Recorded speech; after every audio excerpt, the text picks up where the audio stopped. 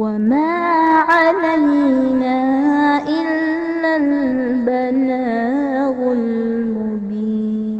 இன்றைக்கு இருக்கக்கூடிய இந்த காலகட்டத்தில் நாங்கள் ஒரு முக்கியமான விஷயத்தையும் பேசியாக வேண்டும். இப்போ தேர்தல் நடக்க போகுது. இந்த தேர்தல் நடக்கிறதுக்கு இடையில் நம்ம ஒவ்வொருத்தருக்குள்ளே நாம் இவருக்கு தான் போட்டு போடணும், இவருக்கு தான் போட்டு போடணும், நம்ம ஒவ்வொருத்தருக்குள்ளே ஒரு மைண்ட் செட் இருக்கும்.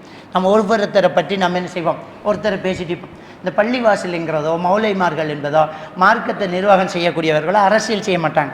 நீங்கள் யாருக்கு ஓட்டு போடணும், நீங்கள் யாருக்கு போடணும், இப்போ இந்த பள்ளியில் வராக்கலாம் இவருக்கு தான் ஓட்டு போடணும், இது எதுவுமே கிடையாது. இந்த ஓட்டு போடுறதுங்கிறது நீங்களாக தீர்மானித்து இவருக்கு போட்டால் வாழ்க்கை நல்லா இருக்கும் அப்படிங்கிறத நீங்கள் அல்லாஹ் யாருக்கு தீர்மானிக்கிறோம் அவங்களுக்கு கொடுக்க போகிறான். அது ஒன்றுமே ஆக போகிறதில்லை. அல்லாஹ் தாலா குர்ஆன்லேயே சூரா அல் ஹதீதில் 22வது வசனத்தில் சொல்லி காட்டுறான், உங்களை இந்த உலகத்தையும் படைக்கிறதுக்கு முன்னாடி என்ன நடக்குங்கிறத நாங்கள் எழுதிட்டு வாங்குறோம்.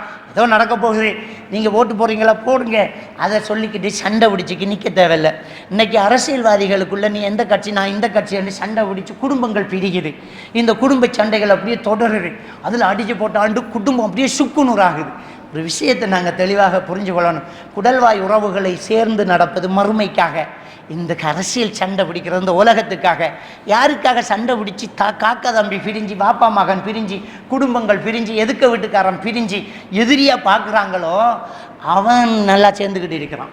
நம்ம யாருக்காக சண்டை பிடிச்சோமோ அவன் நாளைக்கு ஒரே கேன்டீனில் பார்லிமெண்ட்டில் தேத்தாங்க முடிச்சு விச்சிரிச்சிக்கு நிற்க போகிறான்.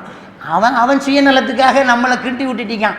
பாருங்கள், இந்த தேர்தலில் ஒருத்தனை திட்டுவான், போன தேர்தலில் அவனை வாழ்த்துவான். இது அவனுக்கு உள்ளது. அவன் இன்னைக்கு திட்டுவான், நாளைக்கு சேருவான், நாளைக்கு சண்டை அடிப்பான், நாளை அண்டை கட்டி பிடிச்சிக்கு நிற்பான். ஆனால் நாம் சண்டைண்டா சண்டை தான், பிள்ளட பிள்ளையும் சண்டை தான்.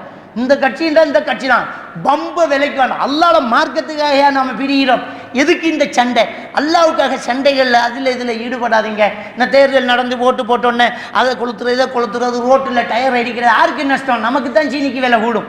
ரோட்டில் டயர் அடித்து அந்த ரோட்டு டெமேஜானா அந்த ரோட்டை போடணும். அந்த ரோட்டை போடுறதுக்கு என்ன செய்யணும்? ஆர்டிஏ என்ன செய்யணும்? வந்து செலவு பண்ணணும். அந்த செலவு கவர்மெண்ட்டில் பதியும். அந்த கவர்மெண்ட் எங்கே வரும்? அடுத்த பட்ஜெட்டுக்கு வரும். அடுத்த பட்ஜெட்டில் சீனிக்கு விலை கூடும். தெரியுமா இல்லையா? ரோட்டை பற்ற வைக்கிறது, பஸ்ஸை பற்ற வைக்கிறது, பொது சொத்துக்களை சேதப்படுத்துறது, ஸ்கூலை உடைக்கிறது, இதெல்லாம் நம்மளுக்கே நம்ம தலையில் மண்ணள்ளி கொட்டுற ஒரு விஷயம். நமக்கு ஒன்றில் பட்டாசு கொளுத்தி வீண காசை செலவழித்து கண்டை முழிச்சுக்கிட்டு விடிய இது செய்கிறது, ரேஸ் ஓடுறது, ஆளுக்கள் அடிக்கிறது, கூவங்கிறது, அந்த ஓட்டு போட்டு நீ அப்படின்னு அவனுக்கு எதிராக இவன் கூச்சல் போடுறது, இவனுக்கு எதிராக. நாங்கள் முஸ்லீம்கள், நமக்கு ஓட்டு போகிற உரிமைக்கு போட்டுட்டு போவோம். அதை யார்கிட்டையும் சொல்ல வேண்டியதில்லை. யாருக்கு போடணும்னு நான் சொல்கிறதும் இல்லை, நீங்கள் அடுத்தவங்களுக்கு கூச்சலிடுறதும் இல்லை. உங்களுக்கு விரும்பினத்தை நீங்கள் செஞ்சுட்டு போங்க. அல்லாஹ்வுக்காக சண்டை பிடிச்சிடாதீங்க. அல்லாஹ்வுக்காக சமூக ஒற்றுமையை கெடுத்துடாதீங்க. இந்த அரசியல் சண்டையை கொண்டு போய் ஒரு பொருளாதாரத்தில் ஒரு பெரிய ஒரு வீழ்ச்சியையும் குடும்ப ரீதியான ஒரு பெரிய ஒரு இழப்பையும் உண்டாக்கிடக்கூடாது.